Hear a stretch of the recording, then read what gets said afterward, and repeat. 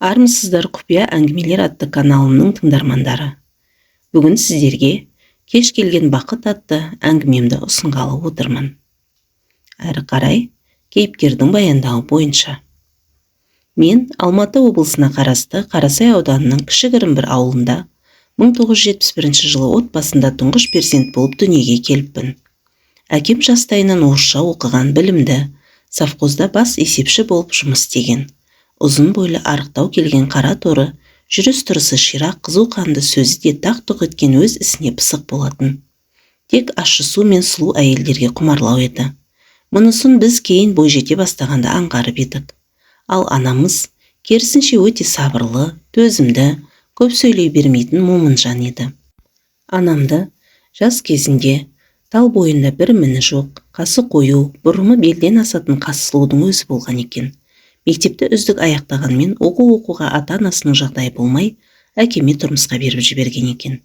Әкемнің отбасы осы ауылдағы жағдайы жақсы, әл-ауқатымен беделі биік отбасылардың бірі болыпты. Әкем анамның сұлулығына қызығып, бір көргеннен осы қыз менің жарым болады деп, құда түсіп қолдан алған екен. Балалық шағым тоқшылықта, не ішемін, не жеймін демей өстім.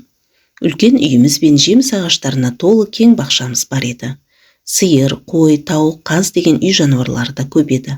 Анам тұрмысқа шыққалы жұмыс істеп көрмеген, үй шаруасындағы әйел болатын. Кейін мен есімді біле бастағанымда сіңілім дүниеге келді. Онан кейін де анам араға ұзақ уақыт салмай бірінен кейін бірін босанып, менен кейін 3 сіңілім, 4 інім болды. Көп балалы отбасына айналдық. Анам ауруханаға босануға кеткен кездерінде бізге нағашы әжеміз бен нағашы әпкелеріміз келіп қарасатын. Әкемнің табысы жақсы, ештемеден таршылық көрмей, бауырларымызбен тату болдық. Үйдің үлкені болғандықтан кейінгілерге сабақтарын оқытып, сіңілерімнің шаштарын тарап, өріп, қарап жүретінмін. Есімде қалғаны үйімізге әкемнің жора жолдастары, туыстары көп келетін. Анам өте көп қонақ күтетін еді. Дастарханымыз жиналмайтын десем де болады. Ал анамыз қанша шаршаса да, ешқашан қабақ шытпай, келген қонақтың барлығын етін асып, сары қаймағы бетіне шығып тұратын тәтті шайын беріп күтіп шығарып салатын. Алайда үйдегі осындай жиындардың барлығы ащы сусыз өтпейтін. Өйткені әкем жақсы ішетін еді. Ішкенде де жақсы көтеретін. Әкеміздің мас болып бір жерлерде құлап жатқанын көрген де естіген де емеспіз. Бірақ жұмысындағы ажырасқан, жеңіл жүрісті келіншектермен әуейе болып, іс сапарларда да сұлу келіншектердің етегін құр жібермейді екен. Кейде анам үнсіз көздері мөлтілеп жылап отыратын. Сондайда, мама неге жылайсыз деп сұрасам, жай пияз аршығаннан ғой көзімді аштып жіберді деп, әрдемені сылтау етіп бізге көз жасын көрсетпеуге тырысатын. Алайда қыз бала ерекше сезімтал болады емес пе? Ол кезде бой жетіп қалған шағым еді. Анда-санда ата-анамның өз бөлмелерінде өзара сөзге келіп ұрсып жатқандарын көп естіп қалатынмын. Сонда анамның, мен осы балалар үшін сенімен тұрып жатырмын. Саған деген көңілім баяғыда суып кеткен. Бар үмітім де бақытым да осы балаларым. Сен мен үшін тек осылардың әкесі ғанасың деп айтатын. Ал әкем болса анама, сен осындайсың, мақау секілді ішімдегіні тап дегенде жүре бересің. Жанымда кескен томардай болып жата бересің. Әйел ретінде көңілімді таба алмаған соң өзге қатындарға барамын да, осының барлығына өзің кінәлісің деп, бір-бірін кінәлап, ұрсып жатқандарын бірнеше рет естіп қалып едім. Сол кезде ғана әкемнің осындай жүрістерін біле бастадым. Сонда анам іштей қайғырады екен ғой. Бар үміті тек біз екеміз ғой. Біз үшін ғана әкеммен тұрып жатқаны ма? Әкемнен әбден көңілі қалған ба деп ойланып қалатынмын. Анама жаным ашитын. Үй шаруасында болысып, сіңілілерім мен інілерімнің сабақтарын қадағалап, анамның көңіліне кірбің түсірмей көңілін көтеруге тырысатынмын. Іштей әкеме ренжісем де оны жақсы көретінмін. Сыртта қандай болса да, үйде барлығымызды еркелетіп, ештемеден қыспай, тарықтырмай, әкелік міндетін атқарып жүретін. Кейін мен соңғы сыныпта оқып жүрген кезінде әкеме есеп-қисапты жалған жасап, өзі істеп жүрген мекеменің қазынасынан қаржы жымқырды деген айып тағылып, сотталып кетті. Бұл біздің отбасымызға ауыр соққы болды. Үйде шиеттей бала-шаға, барға, тоқшылыққа үйреніп қалғанбыз. Өмір бойы жұмыс істемеген анам дүкенге сатушы болып жұмысқа орналасты. Ерте кетіп, кеш келетін. Үйдің бар тіршілігі маған және менен кейінгі ересектеу сіңілім мен інімнің мойнында еді. Келіп, қарасып тұратын нағашы апамыз қартейіп, аурушаң болып қалған. Әкемнің бауырлары мен баяғы жора жолдастары үйімізге ат ізін сирек салатын болды. Өзімнің атам дүниеден өтіп, әжеміз жиі науқастанып қала беретін болды. Әкемнің нарға кеткені әжеме де қатты соққы болды. Ол кісілерден біз бөлек тұратынбыз. Болмаса бір ауылда бір көшеде тұратын едік. Жиі қатынасып тұратынбыз. Ол үйдегі әкемнің інісі тіпті жиі ішетін еді. Ішіп алса әйелін қуалап ұрып, жеңгеміз біздікіне келіп тығылатын. Сол жеңгеміз арасында келіп бізге қарайласып тұратын. Сонда мен анамды аяп, сиыр сауды үйреніп, жұмыртқа жинап сатуға анама дүкенге апарып беріп тұратынмын. Көрші апаға барып, алаша тоқуды үйреніп, түскиіз тігіп, кілем басып жүріп, аздап болса да тиын тебен таба бастадым. Маңдай термен тапқан ақшамды уысыма қысып алып жүрегім лүпілдеп, анама әкеліп беретінмін. Іштей анама, отбасыма қандайда бір көмегімнің тиіп жатқанына қуанып, масаттанып қалатынмын. Анам менің тапқан табысымды қолына ұстап тұрып, көзіне жас ала, жанашырым менің, сен де әп-сәтте есейіп кеттің-ау деп, маңдайымнан сүйіп, құшағына қатты қысып алып жылайтын. Сонда мен, мама уайымдамаңыз, мен әрдайым сіздің жаныңызда боламын. Әкемнің жоқтығын білдірмеймін. Іні-сіңлілерімді де жеткізуге көмектесемін деп, анамды жұбататынмын. Сөйтіп жүріп мектепті үздік аяқтадым. Алматыға барып, жоғары білім алу арманым еді. Алайда, анам мен бауырларымды ойлап, бұл жайлы сөз қозғамай, үнсіз жүргенімде анам бір күні маған, сен бізге қарайлама, дәрігер болсам деген арманың бар еді ғой, құжаттарыңды реттеп, оқуға тапсырайық. Шамамның келгенше оқытуға тырысамын деп, менің қарсы болғаныма қарамай, қалаға барып, институт болмаса да медициналық колледжге құжат тапсырып оқуға түстім. Қаладағы әкемнің қарындасының үйінде тұрып оқитын болдым. Студент атанып оқып жүрген кезімде де бар ойым үйде болатын. Анам қиналып қалмады ма екен, бауырларым көмектесіп жүрме екен, анда әкем қалай екен, денсаулығы қалай екен деп іштей уайымға салынатынмын. Тобымдағы өзге қыздар секілді ойнап күлмейтінмін, қыдырмайтынмын. Тек сабақ, үй, демалыста сабақтан шыға салып, ауылға қарай тартатынмын. Сол жылы анам өзіміздің үлкен үйімізді сатып, нағашыларымызға жақын маңдағы ауылдан шағын үй алып көшіп кеттік. Сөйтіп анам артылған ақшадан маған бір сыпыра киім кешегімді, сабаққа керек жарағымды алып берді. Үлкен нағашы көкем екеуі жүгіріп жүріп, әкемнің ісін қайта қозғатты. Өйткені шындығында бұл іске әкеммен бірге істейтін, бірге әуейі болып жүрген келіншек кінәлі екен.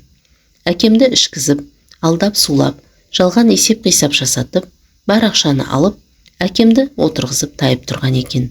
Сөйтіп тамыр танысы көп нағашы көкемнің арқасында әкеме нақақ жала жабылғанын дәлелдеп, түрмеден шығарып алды.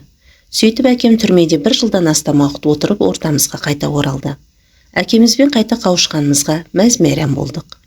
Алайда әкем осы аз уақытта біз үшін аз болса, әкем үшін 1 ғасырдай болған уақыт аралығында біраз жүдеп, психикасы қатты өзгеріп келді. Ашушаң, беймаза болып кеткен бе, келген соң еш жерге жұмысқа тұра алмады. Жаңа жерге көшкеннен кейін анам сол үйіміздің жанынан кішкентай дүңгіршік ашып, майда шүйде заттар сататын болды. Сүт, май, құрт, жұмыртқа, бақшадан жеміс-жидек деген секілді. Кейіннен мен оқуымды аяқтап, қаладағы ауруханалардың біріне жұмысқа орналастым.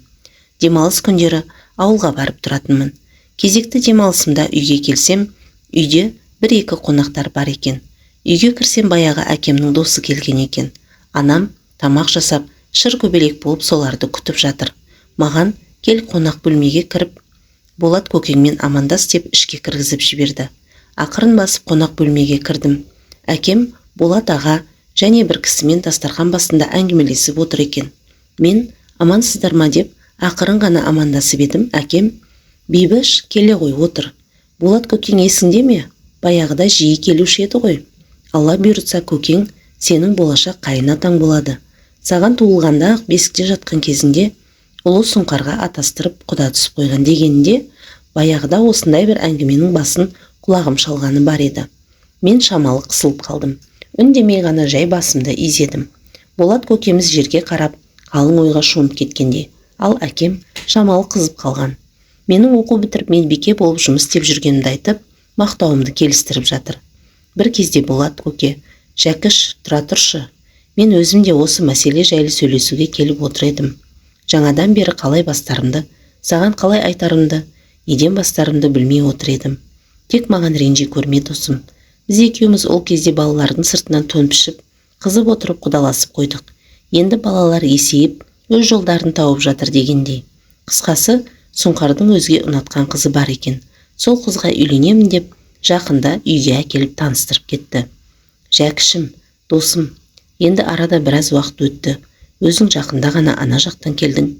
Біраз жағдай өзгеріп кетті ғой, маған ренжіме енді. Бейбіштің бағын байламаймыз. Мүмкін оның да өзінің ұнатқан біреуі бар шығар дей бергенде, әкем ашуланып көтеріліп кетті. Ей Болат, сен не деп тұрсың? Сонда мені отырып келгенсің.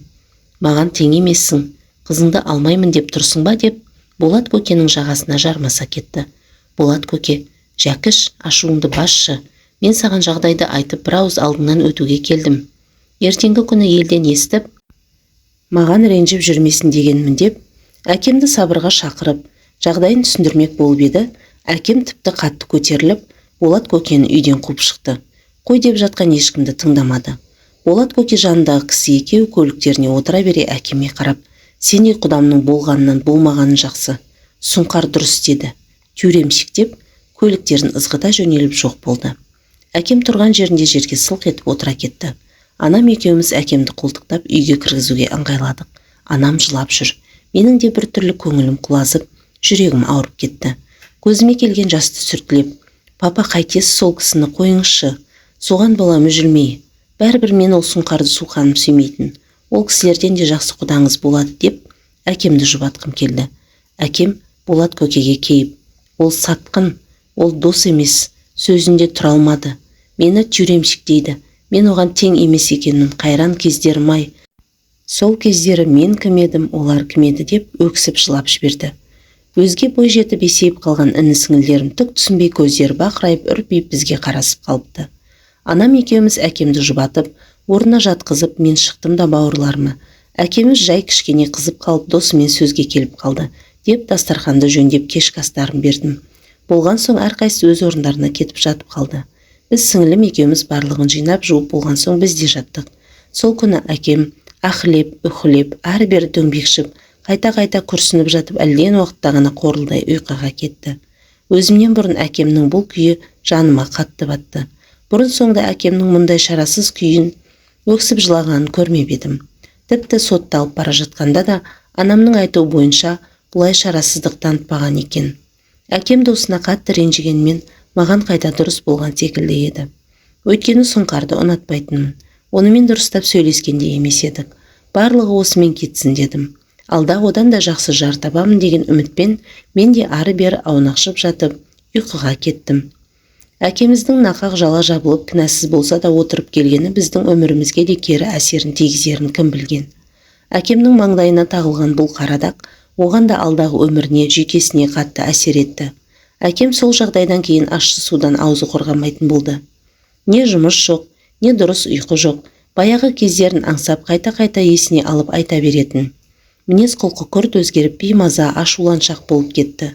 Анама қарадан қарап отырып сөзбен іліп тиісе беретін болды. Мен анамның сабырлылығына, шыдам мен төзімділігіне, кешірімді жүрегіне тәнті едім.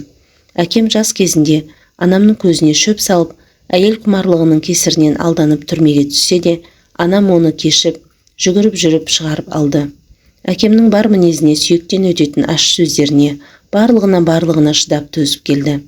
Анамның ішкі жай күйін енді түсіне бастадым ғой. Арада біраз уақыт өткеннен кейін сіңілім мектепті аяқтап оқуға түсті. Енді екеуміз де әкемнің қарындасының үйінде тұра беруге ыңғайсызданып, пәтер іздеп, бір орыс әжейдің жер үйінен бір бөлмесін жалға алып сонда көшіп бардық. Әжей жалғыз өзі тұрады екен. Мен медбике болып жұмыс істеймін деп едім, қуанып кетті. Бөлме ақысында кішкене түсіріп, қан қысымым жоғары, ауырып қалсам дәрі егіп маған қарасып тұрасың деп келістік. Сөйтіп сіңілім екеуміз жаңа қонысымызға жайғасып осында тұра бастадық. Таңертең мен жұмысқа, сіңілім сабаққа кететін. Кешке қарай Валя әжей үшеуміз кешкі ас дайындап бір дастархан басында отырып тамақтанамыз. Валя әжейдің шалы жақында қайтыс болған екен. Ал жалғыз ұлы бұзық балаларға қосылып, жаман әдеттерге әуес болып, Ақыры сол нашақорлық ауруынан айыға алмай, сол әдетті жас ғұмырын қиып түбіне жеткен көрінеді. Туған туысы да бірен-саран ғана екен. Кейін еліміз егемендік алып тәуелсіз ел болдық. Сол кездері тоқырау заман басталып, елімізде көптеген өзгерістер болды. Осы кезде әжейдің осындағы туыстары Ресейге қарай үдере көшіп жатты. Ал әжей, мен қартайдым. Шалым мен ұлым да осында. Төрімнен көрім жақын қалғанда ешқайда да көшпеймін деп, туыстарынан қалып қойды. Ал ауылда отбасымызға егістік егуге пайдалануға үкіметтен жер бөлініп, әкем мен інілерім көрші Серж ағай дейміз. Кәріс ұлтының отбасымен бірге картоп, пияз, сарымсақ егіп шыққан өнімді сатумен айналыса бастады. Алайда әкем сол баяғы ішкенін қоя алмады. Әкеммен алысып жүріп анамның денсаулығы сыр беріп ауруханаға түсті. Қан қысымы көтеріліп кете беретін болды. Анамды өзім істейтін қалалық ауруханаға жатқызып, тексерістен өткізіп, қарап, біраз емделіп шықты. Бас дәрігер анаңа қатты уайымдауға, жүйкесіне салмақ түсіруге болмайды. Оның үстіне бір бүйрегі қабынған. Анаңа күтім керек деп ауруханадан шығарды. Аурухананың бас дәрігері өте жақсы кісі еді. Мен босану бөлімінде медбике болып істейтінмін. Кейде басқа бөлімдердегі медбикелердің орнына түнгі ауысымға да қалып жұмыс істей беретінмін. Өйткені сіңілім қолымда. Екеуміздің жол көреміз, тамағымыз, бөлме ақысы бар. Валя әжеге де қарасып тұратынмын. Арасында анама қажетті дәрі-дәрмегін алып беремін. Жеке өміріме ешқандай уақытым да күшім де қалмайтын. Аурухананың өзінде жұмыста күнде көретінім ауру сырқау жандар, босанатын беймаза әйелдер. Әкемнің ішетіні бар, анам аурушаң болып қалды. Осының барлығы кейде жүйкеме қатты әсер ететін. Тек анда-санда ғана жанымдағы өзім секілді медбике құрбыларыммен кездесіп, әңгімелесіп, аздап ащы судан ұрттауды үйрендім. Мұндайда денем босап, жүйкем тынышталып, шамалы уақыт болса да демалып қалатынмын. Осылай уақыт зымырап өтіп жатты. Сіңілім оқуын аяқтар кезінде өзі ұнатып жүрген бір жігітпен көңіл қосып, Алматының маңындағы Талғар қаласына тұрмысқа шықты. Ал одан кейінгі інім әскерге кетті. Одан кейін екінші сіңілім оқуға келді. Оны да Валя әжеймен келісіп жаныма алдым. Бұл сіңілім алғашқы курсты аяқтар кезінде қаланың бір жігітіне ғашық болып қалып, сонымен көңіл қосып, ақыры аяғы ауыр болып қалды. Айнаштың мінезі ашық жарқын болатын. Көңілі таза, сенгіш еді. Осы мінезінің арқасында алданып қалды. Аяғының ауыр екенін өзі де білмей жүре беріп, әбден мерзімі үлкейіп қалғанда маған айтты. Мен не істерімді білмей, әлгі жігітін тауып алып сөйлестім. Әйтеуір Айнаштың бағына орай жауапкершілігі мен намысы бар жігіт екен. Көп ұзатпай әке шешесімен сөйлесіп, Айнашқа үйленді. Сөйтіп екінші сіңілімді де тұрмысқа бердік. Бұл уақытта менің жасым да 25-ке келіп қалған еді. Ол уақытта қыз баланы 25-тен асса, кәрі қыз деп отырып қалған қыздардың қатарына қосып қоятын. Менің жағдайымда тура осылай еді. Мен қатарлы қыздардың көпшілігі тұрмысқа шығып отбасын құрып, ана атанып жүретін уақытында мен отбасымның қамын ойлап, ата-анама болысып, сіңілерімді оқытып, солардың мәселелерімен жүремін деп, уақыттың қалай зымырап өтіп бара жатқанын да байқамаппын. Айнашты күйеуі жақсы көргенмен ата-анасы дұрыс қабылдамады. Тойда жасап бермеді. Жай тәтті шай жасап, ата-анаммен танысып, алмас бермес жасап қоя салды. Өйткені біздің отбасымыз оларға тең емес екен. Болат көке айтқандай әкем отырып келген алаяқ, тюремщик, алқаш екен. Ал анам жуас, аурушаң, ауылдың салпетек әйел екен. Құдалардың мұндай сөздерін естігенде ыза болып алғаш рет әкем үшін, отбасым үшін қатты намыстандым. Тұрмысқа шыққым келмейтін болды. Іштей өзімді, отбасымды төмен санайтын болдым. Мінезім тұйықтау еді. Одан әрі тұйықталып кеткендеймін бе, ештемеге зауқым соқпай қалды. Осылай жүргенімде інім әскерден келіп, ол да үйленді. Үйге келін түсті. Келін келген соң әкем ұяты оянып, ішкенін қояр деп үміттеніп едік. Алайда олай болмады. Әкемнің бұл әдеті әбден қанына сіңіп кетті. Ешкімнен қымсынбай ішіп алып жүре беретін болды. Інім де келіншегінің алдында әкемнің мұнысына қатты намыстанатын еді. Баяғыда жақсы көретін әкем кейінгі кезде жасы ұлғайған сайын ішіп алса аузына келгенін айтып, ұрыс жанжал іздеп тұратын болды. Ішімдікті тіпті көтере алмай қалған еді. Анамның айтуынша тіпті кейде төсекке кіші дәретін жіберіп те қоятын болыпты. Анам мұнысын ешкімге білдіртпей, жуып шайып қояды екен. Анам үлкенім деп менімен ғана сырласып, іштегі мұңын маған ғана айтатын еді. Отбасымның мұндай жағдайы жаныма қатты бататын. Кейін үшінші сіңілім мектепті бітіре салып көрші ауылға тұрмысқа шығып кетті. Одан кейінгі інім оқуға түсті. Енді інімді жаным алдым. Үйде үйленген інім мен екі бойдақ інілерім және кенже сіңілім ғана қалды. Осылай жүргенімізде Валя қатты науқастанып қалды. Әжей де анда-санда ащы судан ұрттағанды ұнататын. Мен сізге болмайды десем де, шалым мен баламды еске аламын деп, сылтауратып аздап ұрттап қоятын еді. Өзі толық кісі болатын, қан қысымы да бар еді. Сөйтіп кезекті ақылы демалысыма шыққанда, төсекке таңылып қалған Валя апайға қараумен болдым. Әжейді аяйтынмын. Келіп қарасатын ешкімі жоқ еді. Ауруханаға жатқызайын десем, үзілді-кесілді қарсы болатын. Өзің дәріңді егіп қарайсың ғой. Онда да сен секілді медбике ғой қарайтын. Үйде жатқаным жақсы. Теледидарымды қарап, мысығымды құшақтап жатамын деп көнбей қойды. Әжей де, бұл үйде менің жаныма жақын еді. Осында тұрып жатқаныма бірталай уақыт болып қалды. Екі сіңілім де осында тұрып оқып тұрмысқа шығып кетті. Олар да осы үйде өз үйлерінде көріп жүретін. Әжейдің үйін тазалап, ауласын сыпырып, бақшасына көкені сегіп, моншасын жағып, барлығымыз жуынып, сенікі менікі демей азық-түлік алып, бір дастархан басында тамақтанатынбыз. Әжей екеуміз де бір-бірімізге бауыр басып қалған едік. Інім келгелі, әжейдің үйінің сылағы түскен жерлерін сылап, ақтап, дарбазасын жөндеп, сырлап, жаңартып қойған еді. Біз ауылда өскен адамдармыз ғой. Жер үйде туылып өстік. Жастайымыздан үй шаруасының барлығын істейтінбіз. Содан бір күні дүкенге азық-түлік алайын деп шығып кеткен болатынмын. Жолай дәріханаға соғып, әжейдің бітіп қалған дәрі-дәрмегін алып үйге келсем, кіре берісте бір ер адамның аяқ киімі тұр екен. Бұл кім болды екен? Інім сабақта оның келетін уақыты болған жоқ. Оның үстіне мына аяқ киім оныкі емес деп, екі ойлы болып ақырын есікті ашсам, іште әжейдің қасында бір ер кісі отыр екен. Әжей екеуі сөйлесіп жатыр екен. Әлгі кісінің қолында бір құжаттары, қағаз қаламдары бар. Мен кіре салып амандаспас бұрын: "Сіз кімсіз? Әжейге қандай шаруамен келдіңіз?" деп сұрақтың астына алып дүрсе қоя беріппін. Өйткені мұнда әжейдің туысынан ешкім жоқ еді. Алаяқ па, сондай біреу ме деп ойлап қалған едім. Сөйтіп едім, әжей басын көтеріп: "Биба, иди садись, это Валерий, сын нашего с супругом друга Миши. Он приехал увидеться со мной. У нас маленькие дела с ним, с Валерием", дейді. Мен шамалы қысылып қалдым. Ана кісі де менімен амандасып жатыр, мен де қолымдағы заттарымды қойып, "Здравствуйте" деп орындыққа отырдым. Сөйтіп әжейдің достарының баласы: "Мы почти все закончили. Мне очень приятно было с вами познакомиться, Биба" деп, әжейге бірдеме қажет болса, бір жағдай болып қалса, менімен хабарласыңыз деп, визиткасын тастап, әжейдің бетінен сүйіп айымдама, барлығы жақсы болады. Сен әлі нас переживешь деп, қоштасып шығуға ыңғайланды. Мен де орнымнан тұрып шығарып салмақ болып, екеуміз сыртқа шықтық. Шыққан соң, дарбазаға жете бере, әлгі Валерий маған қарап: "Баба Валя уже старенькая. Хорошо, что рядом есть такие люди, как вы. Что бы ни случилось, звоните в любое время" деп, әжейді маған табыстап кетіп қалды. Арада бір жетідей уақыт өткен соң, бір күні әжейге түскі асын беріп болған соң, әжей ұйқым келіп тұр деген соң көрпесін жаптым да өзім де кішкене демалып алайын деп, өз бөлмеме барып жатсам, қатып ұйықтап қалыппын. Бір кезде орнымнан тұрсам, кешкі 17:00 шамасы болып қалыпты. Орнымнан тұрып, ақырын барып әжейдің есігінен сығаласам, ұйықтап жатыр екен. Інім де әлі келмепті. Сөйтіп кешкі асты дайындайын деп ас бөлмеге барып тамақ жасауға кірістім. Артынша қақпа ашылып, терезеден қарасам, інім кіріп келеді екен. Ол үйге кірген соң екеуміз біраз әңгімелесіп шай жөндедік. Тамақ та дайын болып қалды. Сөйтіп алдымен әжейдің тамағын салып, разносты алып, ініме "Есікті ашып жіберші" деп, ол да әжеймен амандасайын деп бөлмесіне кірдік. Әжей әлі ұйықтап жатқан секілді. Сөйтіп: "Баба Валя, просыпайтесь, будем кушать" деп разносты үстелге қойып, жанына барып, қолынан ақырын ұстасам, қолы сұп-суық.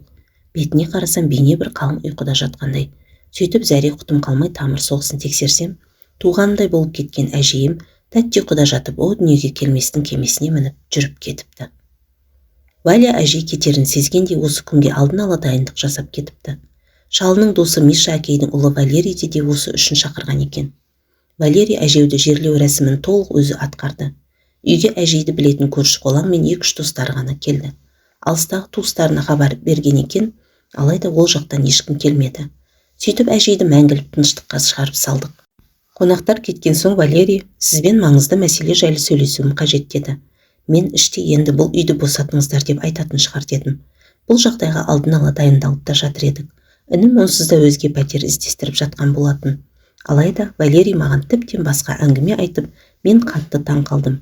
Қайран Валя әжейім, мені қызындай көріп, осы шағын ғана ауласы бар кішкентай үйін жалғыз мұрагер ретінде менің атыма қалдырып кетіпті. Валерийді шақыртып жүргені сол екен. Адвокат ретінде оған жаназасына жиған бар қаражатын табыстап, мұра жаздырған екен. Содан Валерий үйдің барлық құжаттарын заңды түрде рәсімдеп, реттестіріп қолыма табыстады. Әжейдің маған арнап жазған хаты бар екен. Оны да қолыма ұстатып кетті. Хатта әжей мені қызындай жақсы көргенін айтып, оған қамқор болып қарап, өмірінің соңғы уақыттарында жанында болғаным үшін алғысын айтып, қара шаңырағын маған қалдырдым депті. Осы үйде мен еске алып жүресің, қолың тигенде анда-санда жексенбіде мен жатқан жеріме келіп тазалап тұршы. Шалым мен ұлымды да ұмытпашы. Олардың қайда жатқанын Валерий біледі. Қош бол бибам деп аяқтапты. Әжейдің хатын оқып, көз жасыма ерік бердім. Қандай керемет кісі еді. Ол кісінің мұндай жақсылығын ешқашан ұмыта алмаспын. Жаны жәннаттан болсын әжейім. Сөйтіп ойламаған жерден үйлі болдым. Демалысым аяқталғаннан кейін қайта жұмысқа шықтым. Баяғы қарбалас тіршілік қайта басталды. Қолымдағы інім оқуын аяқтап жұмысқа тұрды. Үйлі болғалы анам менікіне жиі келетін болды. Әкемнен шаршаған кездері осында келіп, біраз жатып демалып кететін еді. Сіңілілерім де жиі келіп тұратын. Әсіресе Айнаш көбірек келетін. Екінші қызын босанғаннан кейін өзі қатты ауырып, оны анам осында әкеліп, ем-домын жасап күтіп қырқынан шығарып жібердік. Әкем сол баяғысы. Оның осы болмысына үйреніп те қалдық. Біз үшін бұл қалыпты жағдай болып кетті. Үй жұмыс деп жүріп уақыт сырғып өтіп жатты. Інілерім үйленіп, сіңілілерім тұрмысқа шығып, барлығы отбасыларын құрып балалы болып жатты. Әкем ішсе де сау кезінде есебі түзу еді. Үлкен інім Астанадан жақсы жұмыс тауып отбасымен сонда көшіп кетті. Әкем сол ініме жер телімін алып беріп, сол жақтан үй салуына көмектесті. Кейінгі інілерімді де үйлендіріп, жанынан үкіметтен 2 жер телімін алып беріп, оларды да үй-жай қылды. Қолында кенже ұл қалды, ал ең кішкентай сіңілімді менің жаныма келіп жоғары білім алып жақсы жерге қызметке орналасты. Осы аралықта 10 жылда өте шықты. Жасым 35-тен асып бара жатты. Менің осылай отырып қалғаныма ата-анам қатты алаңдамады. Құдды бір мен іні-сіңілілеріме қарасып, қолымда тұрғызып оқытуға міндетті секілді едім.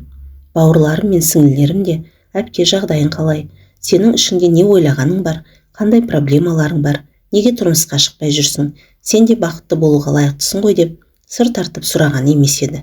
Әрқайсысы тек өздерін, өз отбасыларын ғана ойлайтын секілді еді. Маған тек белгілі бір мәселелерімен ғана келетін. Сол мәселелерін шешіп болған соң рахмет деп кете баратын. Әкем де маған әбден сеніп алған еді. Анам сәл мазасы болмай ауырып қалса, маған әкеліп тастап кете беретін. Анаңның еміне ақша керек пе деп те сұрамайтын. Барлығына өзім жүгіретінмін. Бағыма қарай ауруханамыздағы әріптестерім жақсы еді.